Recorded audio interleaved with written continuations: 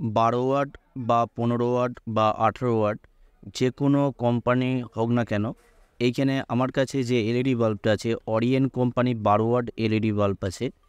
এই ধরনের LED বাল্বগুলো repairing করার সময় অনেক সময় কি হয়, ভিতরে যে ডাইভার সার্কিটগুলো থাকে বা এমসিবিসিবি প্যানেলটা থাকে, সেইটা এমসিবিসিবি প্যানেল বা ডাইভার সার্কিট দুটোই পুরোপুরিভাবে খারাপ হয়ে যায়। খারাপ হয়ে যাওয়ার পর কি হয়, এই এলইডি বাল্বগুলো বেকার বাসাবাড়িতে পড়ে থাকে, পড়ে থেকে নষ্ট হয়ে যায়। আবার রিপেয়ারিং করার পর অনেক সময় কি হয়, এই ধরনের যে ডিওবি প্যানেলগুলো, এই ডিওবি প্যানেলগুলো দেখতে পাচ্ছেন আমার কাছে 12 ওয়াটের ডিওবি প্যানেল আছে। এখানে লেখা আছে দেখতে পাচ্ছেন, এখানে 12 ওয়াটের ডিওবি প্যানেল আছে।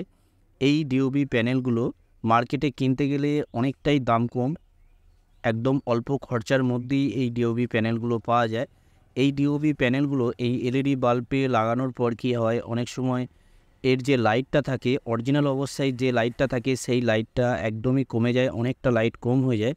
প্লাস এই ডিওবি প্যানেলগুলো লাগানোর পর বেশি দিন করে লংজিভিটি হয় না, অল্প দিনে নষ্ট হয়ে যায়।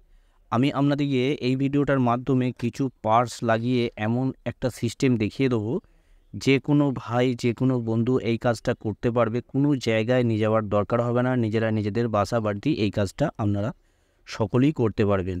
তো এই পার্টসগুলো লাগিয়ে, এক নম্বর হচ্ছে এই ডিওবি প্যানেলগুলো যতটা লাইট থাকে তার ডবল লাইট হয়ে যাবে। প্লাস এই ডিওবি প্যানেলগুলো অল্প দিনে যে নষ্ট হয়ে যায়, সেই বিরক্তকর থেকে আপনারা পুরোপুরিভাবে রেহাই পাবেন।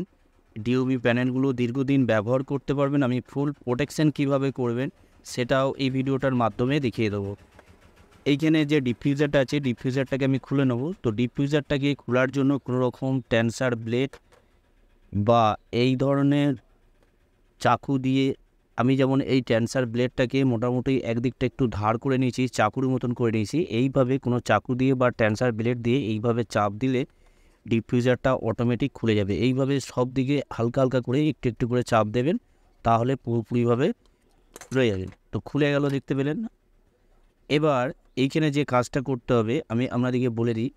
এইখানে দেখুন, এইখানে যে কানেকশানটা করা আছে, এইখানে এই ডিওবি প্যানেলগুলো ব্যবহার করতে গেলে কোনো রকম ডাইভার সার্কিট দরকার হয় না, সরাসরি ডাইরেক্ট 220 ভোল্ট এসি সাপ্লাই থেকেই ব্যবহার করতে পারা যায়। এইখানে দেখতে পাচ্ছেন এন আর এল যে দুটো পয়েন্ট করা আছে, এই দুটো পয়েন্টের সাথে ডাইরেক্ট 220 ভোল্ট এসি সাপ্লাইয়ের সাথে সংযুক্ত করে দিলেই এই ডিওবি প্যানেলটা জ্বলবে। তাতে এলইডি বাল্বের ভিতরে হোক বা বাইরে যে কোনো পজিশন জায়গায় যদি আপনারা লাগান, তাহলে এই ডিওবি প্যানেলগুলো ব্যবহার করতে পারবেন। এবার এইখানে যে দুটো তার আছে, এই দুটো তারকে আমি সুন্দরভাবে খুলে নেব।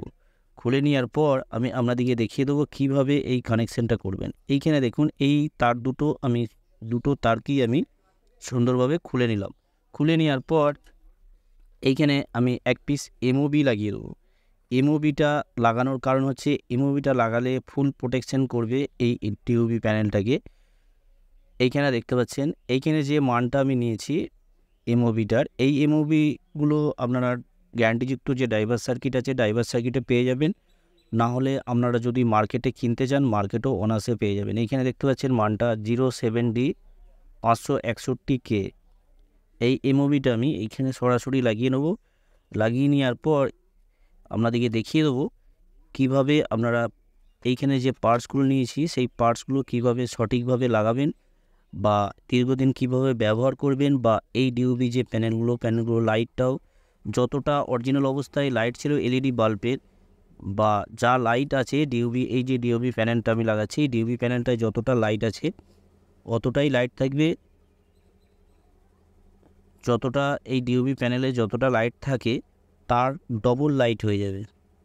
এইখানে আমি একটা তার সরাসরি B22 ক্যাপ থেকে যে একটা তার এসছে, সেই একটা তার প্রথমে আমি কানেকশান করলাম। এইখানে আর এক পিস রেজিস্ট্যান্স লাগাতে হবে। এই রেজিস্ট্যান্সটা ফিউজেবল আমি রেজিস্ট্যান্স নিয়েছি, কেন অনেক সময় ভোল্টেজ হাই লো এর কারণে অনেক সমস্যার সম্মুখীন হতে হয়। এই রেজিস্ট্যান্সটা লাগালে পুরোপুরিভাবে এই ডিওবি প্যানেলটাকে প্রোটেকশান করবে। এইখানে যে আমি ফিউজেবল রেজিস্ট্যান্সটা নিয়েছি, এই রেজিস্ট্যান্সটা আপনারা 10 ohms থেকে 100 ohms পর্যন্ত নিতে পারেন। এই রেজিস্ট্যান্সটা আমি এইখানে একটা লেগের সাথে সরাসরি আমি লাগিয়ে নেব। এখানে যে কোনো একটা পয়েন্টের সাথে লাগিয়ে নিলেই হবে। এখানে আমি একটা পয়েন্টের সাথে লাগিয়ে নিচ্ছি। লাগিয়ে নেওয়ার পর এইখানে যে একটা তার আছে B22 ক্যাপ থেকে সরাসরি যে তারটা আসছে সেই তারটাকে আমি সুন্দরভাবে রেজিস্ট্যান্সের একটা লেগে আমি লাগিয়ে নেব। তো রেজিস্ট্যান্সের কোনো রকম লেগ, কোনো রকম প্লাস মাইনাস নেই, যেদিকে খুশি আপনারা লাগাতে পারবেন। এইখানে আমি সুন্দরভাবে একটা লেগের সাথে লাগিয়ে নিলাম। এরপর এই ডিওবি প্যানেলটার লাইট বাড়ানোর জন্যে আমি এক পিস ক্যাপাসিটার নেবো। এই ক্যাপাসিটারটা দেখতে পাচ্ছেন, এইখানে যে ক্যাপাসিটারটা আমি নিয়েছি, এই ক্যাপাসিটারটা আমি মানটা আপনাদেরকে প্রথমে বলে দিই। এইখানে 2.2 EF বাই 450 বলে আমি ক্যাপাসিটার নিয়েছি। এইখানে এই রকম যে ক্যাপাসিটার নিয়েছি এই রকমই ক্যাপাসিটার লাগাতে হবে তার কোনো মানে নাই। এইখানে দেখতে পাচ্ছেন আমি আর এক পিস ক্যাপাসিটার নিয়েছি। এইখানে যে মানটা আছে আমি আপনাদেরকে দেখিয়ে দিই। এখানে দেখতে পাচ্ছেন 2.2 EF by 450 volt, 450 volt 2.2 EF এই ক্যাপাসিটারটা আমি এইখানে লাগিয়ে নেব। তো এইখানে লেগটা আমি একটু বাড়িয়ে নিয়েছি। এখানে দেখতে পাচ্ছেন এই ধরনের যদি ছোট লেগ থাকে আপনারা অবশ্যই লেগটাকে বাড়িয়ে নেবেন, তাহলে কাজটা করার সুবিধা হবে। লেগটাকে আমি বাড়িয়ে নিয়েছি। তো আপনারা যদি মার্কেটে কিনতে চান মার্কেটে কিনতে পারেন, কোনো রকম অসুবিধে নেই। আর পুরানো বাসা বাড়িতে যদি পড়ে থাকে ক্যাপাসিটারটা যদি ভালো থাকে তাহলেও এই কাজটা করতে পারবেন। এইখানে লেগটা যদিও আমার এত বড় দরকার নয়, আমি একটুখানি করে কেটে নিচ্ছি। আপনারাও এইভাবে লেগটা কেটে নেবেন। কেটে নিয়ে এবার সরাসরি আমি এইখানে ডিওবি প্যানেলের সাথে সংযুক্ত করব। তবে এইখানে একটা জিনিস আপনাদেরকে লক্ষ্য রাখতে হবে এই কাজটা করতে গেলে। এইখানে দেখুন, এইখানে যে ব্রিজ রেক্টিফায়ার যে ডায়োডটা লাগানো আছে, এখানে দেখতে পাচ্ছেন ব্রিজ রেক্টিফায়ার একটা ডায়োড লাগানো আছে। এখানে একদিকটা প্লাস দিক আর একদিকটা মাইনাস দিক। এইখানটা আমি ভালো করে পরিষ্কার করে দেখে নেব এখানে কোন দিকটা প্লাস কোন দিকটা মাইনাস, কেননা এইটা দেখার অবশ্যই দরকার। এইটা না দেখে কাজটা করলে আপনাদের কাজটা কিন্তু সাকসেসফুল হবে না। প্লাস হচ্ছে ক্যাপাসিটারটা গরম হয়ে বা যখন ভুল দিকে লাগানো হবে ক্যাপাসিটারটা গরম হয়ে অনেক সময় বাস্ট হয়ে যায়। তো বাস্ট হলে অনেক রকম সমস্যার সম্মুখীন হতে হয়। তার জন্য অবশ্যই আপনারা প্লাস মাইনাসটা দেখে নেবে। এখানটা আমি ভালো করে পরিষ্কার করে নিচ্ছি। পরিষ্কার করে নিয়ে তারপর আমি এই কাজটা করব। তো আপনারাও যখন এই কাজটা করবেন অবশ্যই এখানে ব্রিজ রেক্টিফায়ার ডায়োডের প্লাস মাইনাস চিহ্নিত দেখে নেবেন। এইখানে যে আমি ব্রিজ রেক্টিফায়ার ডায়োডটা আমি ভালো করে পরিষ্কার করলাম, আপনারাও ভালো করে পরিষ্কার করে নেবেন। এখানে দেখতে পাচ্ছেন পরিষ্কারভাবে দেখা যাচ্ছে কোন দিকটা প্লাস কোন দিকটা মাইনাস। এই দিকটা প্লাস চিহ্নিত করা আছে দেখতে পাচ্ছেন, আর এই দিকটা মাইনাস চিহ্নিত করা আছে।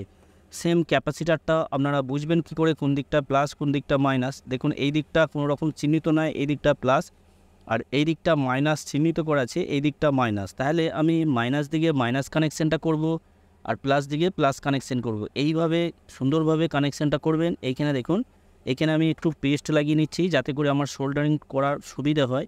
তো আপনারা এই কাজটা যখন করবেন অবশ্যই প্লাস মাইনাস দেখে এই ক্যাপাসিটারটা লাগাবেন, না হলে কিন্তু এই ক্যাপাসিটারটা বাস্ট হওয়ার সম্ভাবনা বেশি থাকে। যখনই উল্টো দিকে লাগাবেন ক্যাপাসিটারটা গরম হবে, গরম হয়ে বাস্ট হবে। তার জন্য আপনাদেরকে বলবো ভালো করে দেখে লাগাবেন প্লাস মাইনাস। তো এইখানে আমি মাইনাস দিকে মাইনাস কানেকশানটা করে নিলাম, এবার প্লাস দিকে প্লাস কানেকশান করব। তো এইখানে সুন্দরভাবে এইখানে তবে এই সোল্ডারিংটা করার সময় খুবই সাবধানের সাথে করবেন।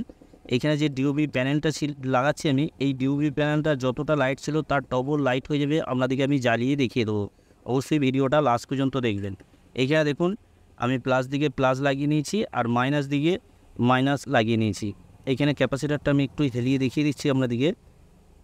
তো এইখানে লেগগুলো বেশি নাড়াচাড়া করবেন না, কেন নাড়াচাড়া করলে এইখানে যে পরের লাইনটা থাকে সেই পরের লাইনটা উঠে যাবে, উঠে গেলে কানেকশানটা করতে আপনাদের আবার অসুবিধে হয়ে যাবে। তো দেখুন এই যে আমি ডিওবি প্যানেলটা পুরোপুরিভাবে আমি এইখানে যতগুলো পার্টস এখানে ছিল সব পার্টসগুলো লাগিয়ে দিয়েছি। পার্টসগুলোর মানটাও আমি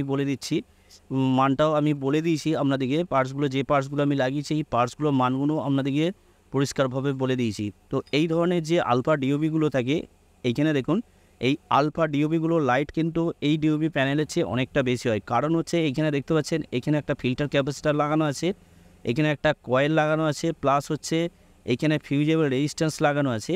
তো আমি এইখানে যে ডিওবি প্যানেলটা আপনাদেরকে এই সিস্টেমটা করে দেখালাম, সেম আলফা ডিওবি প্যানেলে যে সিস্টেম করা আছে কিছুটা ওরকমই সিস্টেম। প্লাস হচ্ছে এই আলফা ডিওবি প্যানেলের চেয়ে এই ডিওবি প্যানেলটা লংজিভিটি বেশি পড়বে, কেননা এইখানে যে এমওবিটা লাগিয়েছি এইখানে দেখুন এইখানে কোনো রকম এমওবি লাগানো নেই, তার জন্য এই ডিওবি প্যানেলটা লংজিভিটি বেশি করবে।